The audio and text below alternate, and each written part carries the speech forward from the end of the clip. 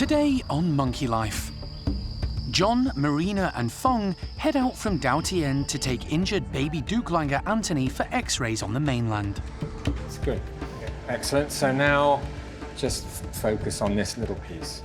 And the team head deep into the jungle for the first Gibbon release in 3 years. It's really hard going, and especially with quite a heavy cage, so the boys are taking it in turns to carry. But will the long-awaited return to the forest for golden-cheeked Bin prove a success?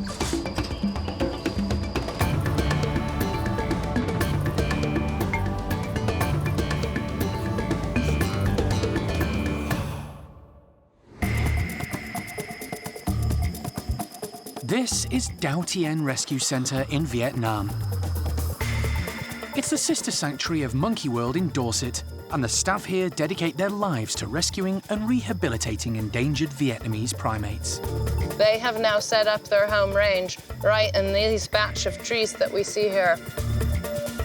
It's a 6,000-mile journey from the UK to the centre, which lies 160 miles northeast of Ho Chi Minh City.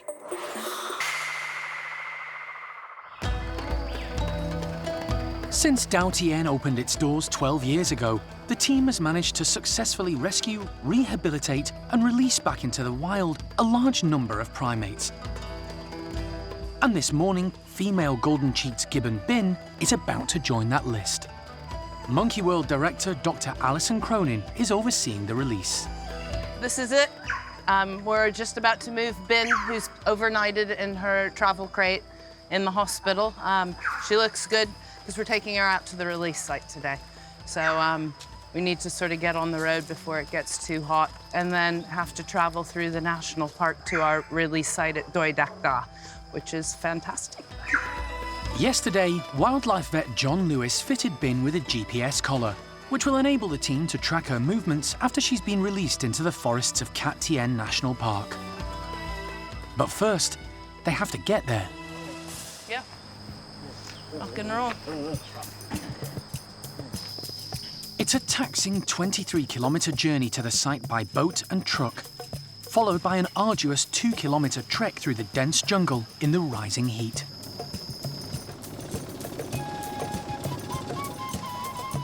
It's all a bit unsettling for Bin, who for the last 3 years has been living the quiet life in the semi-free area on Dao Tien.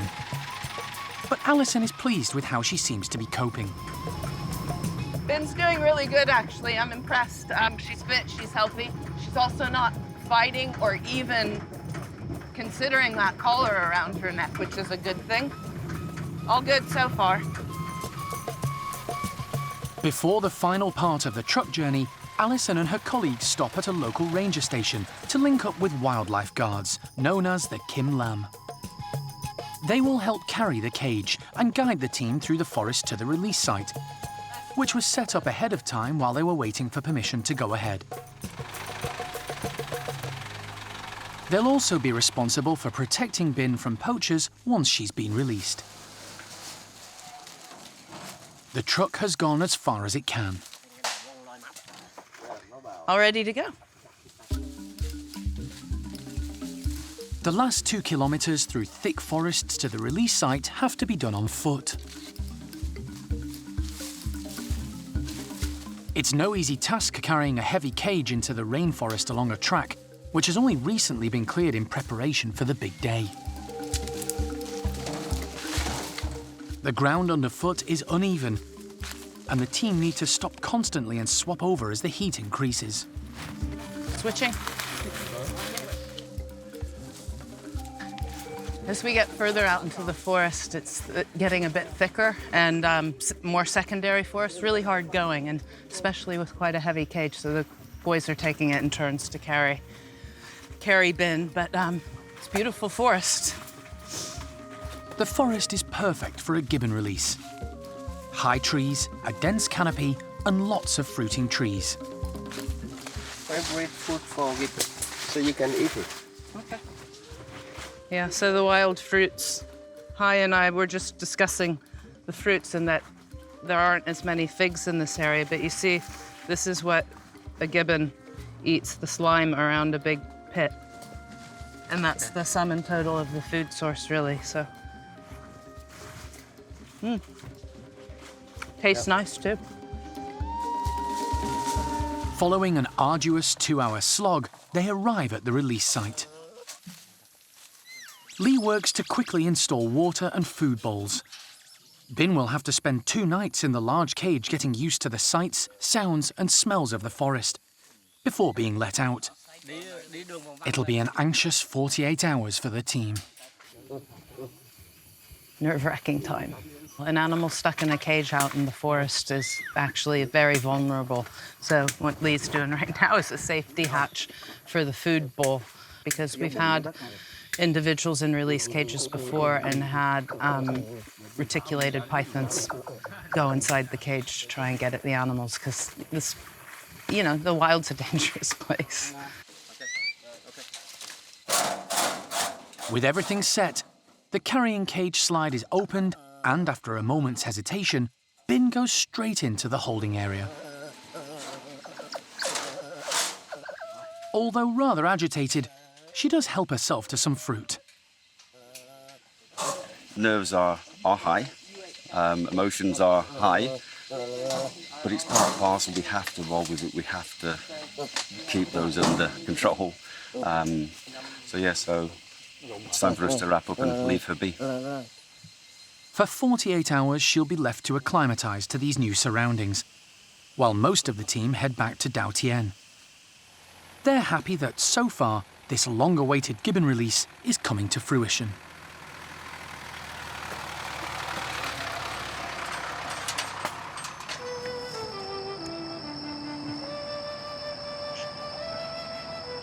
But work on the island never stops. It's 24/7 for the team, whether looking after the gibbons during the day or preparing night feeds for the loris. The demands on the staff never change, whatever the weather. The ultimate goal is to rehabilitate and release back into the wild every primate that arrives here. Although, unfortunately, some have suffered so much, they'll never make it back. If Bin's release is successful, a family group of golden-cheeked gibbons has been tagged as the next to be put back into the forests of Vietnam. There's Kiz. Hey, Kiz. Wow, look at that. Kizzy and Dong and their new infant.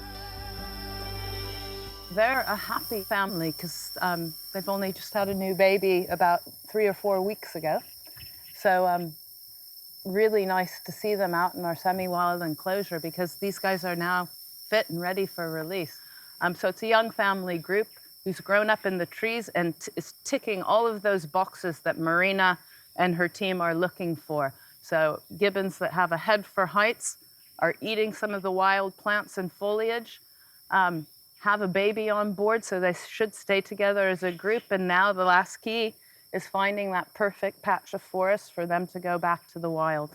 And I think we're ready to go. It's going to be stressful, but before we leave here, we're going to try and catch Mr. Dom and put that radio collar on him, and that will be a very stressful situation.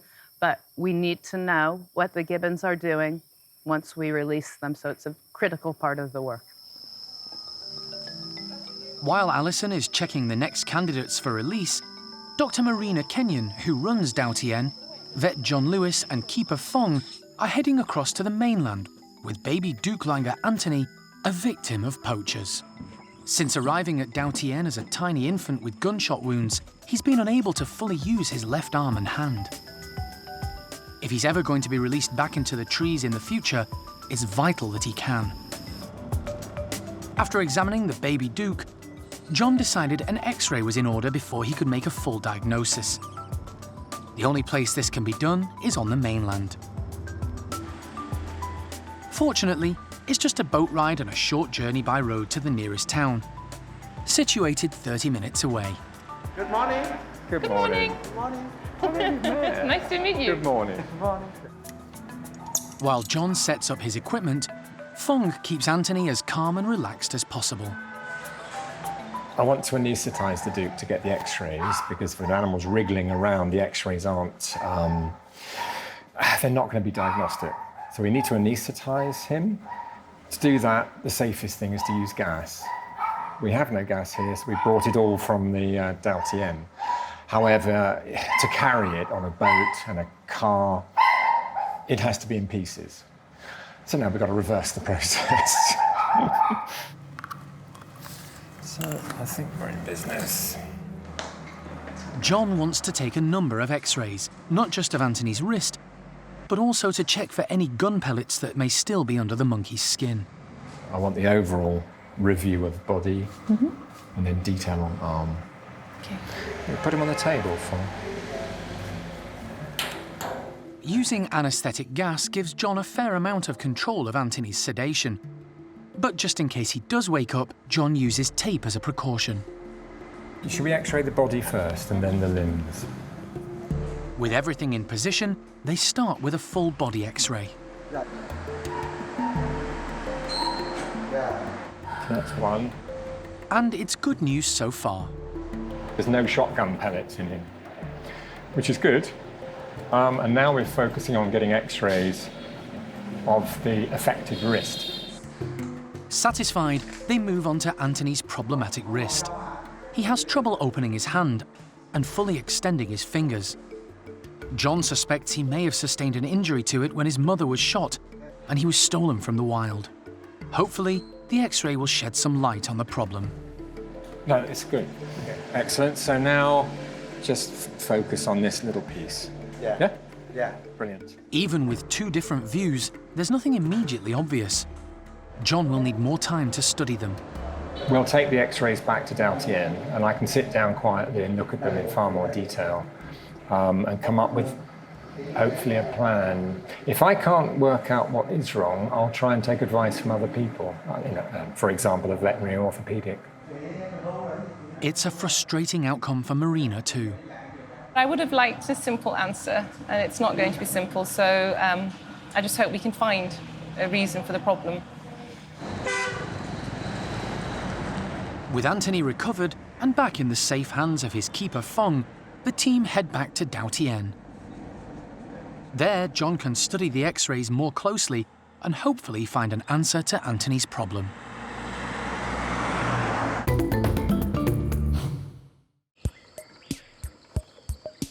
Marina and John have arrived back at Doutienne with baby Duke Langer Anthony, following a visit to the mainland to x-ray his injured arm. One individual who's very excited to see him home again is his playmate, Me. While the baby Dukes get reacquainted after an afternoon apart, John takes the opportunity to study the x-rays in more detail. I don't see on that anything bony, which tells me why he's holding this hand like this and why he's unable to use it. Okay. Which leaves another couple of possibilities. One is nerve damage, or even tendon damage, but I think this arm has less muscle and probably shorter tendons because it's been unused, as it were. The tendons in Anthony's arm need exercise and movement to maintain elasticity.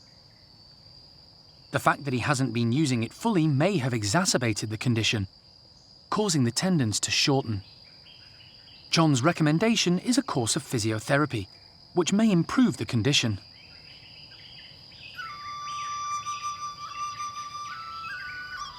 With so many primates in the region in need of help, it's no wonder Doutienne is always seeking to improve and expand the facilities within its 56-hectare area. The team are in the process of building a new semi-free enclosure for a pair of pygmy lorises. As with the gibbons, this is a Phase 2 area, where they will go to get accustomed to life in the trees before being released back into the wild. Doutienne has had huge success with lorises, with more than 60 successfully returned to the forest in the last 5 years alone. It's a big effort, but we're trying to address and respond to the wrongs that have been done by human beings previous in their life and deal with that. So, and if we can set up a protocol for getting these animals back out into the wild, then that's a good thing for future generations. And I guess that's where you sort of have to keep your head, is that even though we're spending an awful lot of time and effort in what's going to be a home for one pair of loris, it'll hopefully set the stage and the knowledge for not only our pygmy loris, but loris rehabilitation work in different countries throughout Southeast Asia.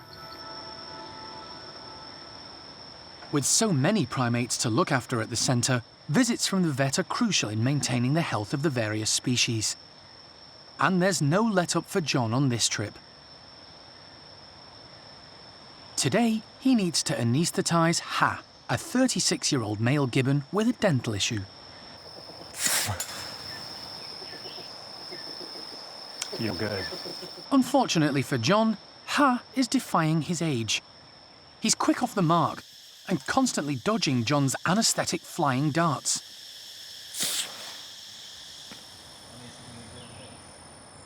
But Lee tries Plan B and eventually manages to inject him by hand. Phew. Given that we've run out of usable darts, dart needles, and everything else, the canine tooth has clearly got to come out. It's broken, it's been broken a long time. And he has had abscesses on the face as a result of infection tracking up the tooth root. So we have him, we'll go and fix that tooth now. The centre has its own animal hospital, so health checks and minor surgical procedures can be carried out on site. But it's hot and humid on the island all year round, and in the confines of the small surgery, the heat adds to an already challenging task. I think that's the most significant one because this is the one that's causing abscesses on his face. It's going to be a toughie. After 30 minutes of pushing and probing, the dead tooth is extracted. And the whole tooth is out. It's another tick against John's long to-do list, and for now, he can take a break. Tomorrow, he'll join the team travelling back to Cat Tien for the first gibbon release in 3 years.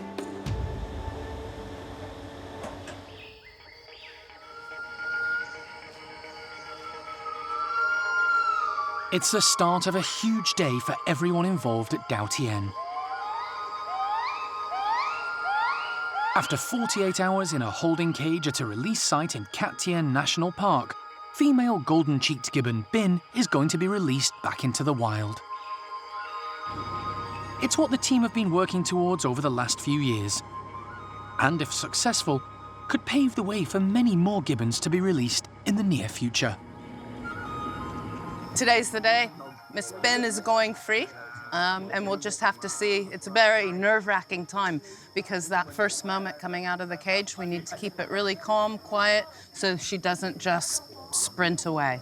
You really want her to sort of relax, hang around, go up in the trees and consider which direction she's gonna head. So we'll just have to wait and see how it goes. But she's been calm and relaxed for 2 days, and this is it, the beginning of our next round of releases. And Bin's leading the way for what are 6 or 7 others to come in the next few weeks or months. So it's a big deal today.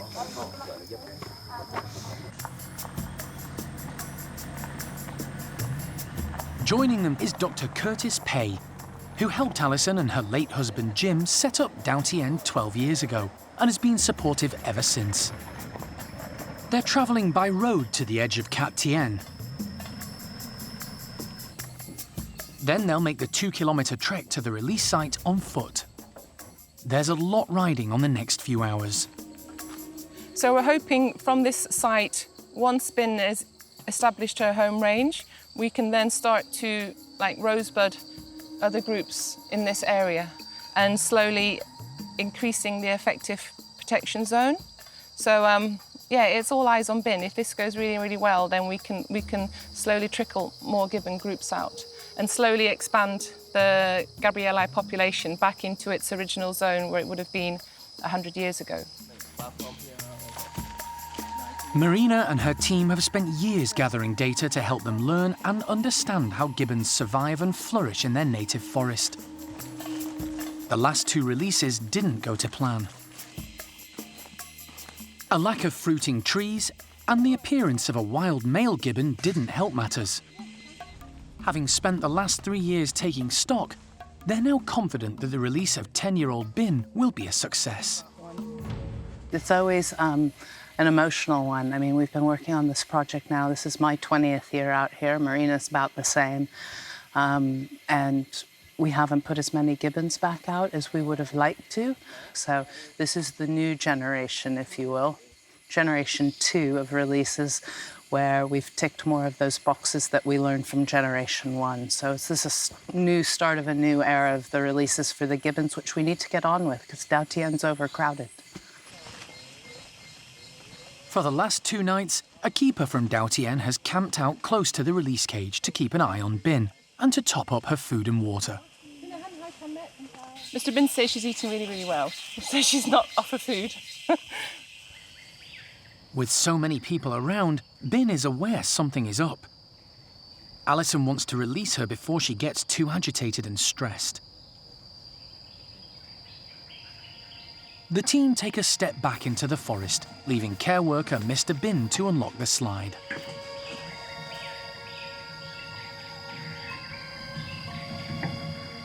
Bin wastes no time, leaping from the cage.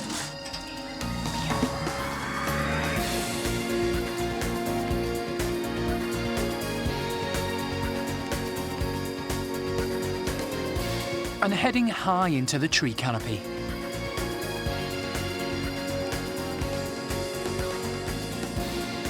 So far, so good. She's moving well through the trees, and she's also been looking around, and I just saw her go and pick through some trees and start eating some leaf. So far, so good. She looks fabulous in the trees, but at the same time, you know, she's looking at me right now.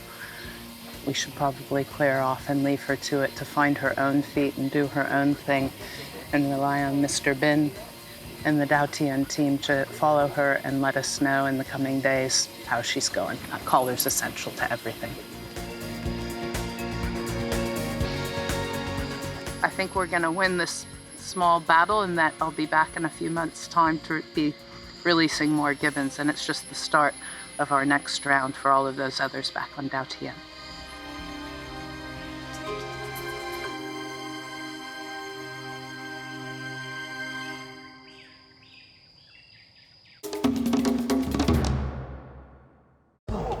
Next time on Monkey Life. Slow Loris Bruce is back under the knife, but the cause of his problem is still a mystery. Doesn't feel like an abscess about to burst. Plus, the team's attempt to get the woolies to work for their breakfast bears fruit.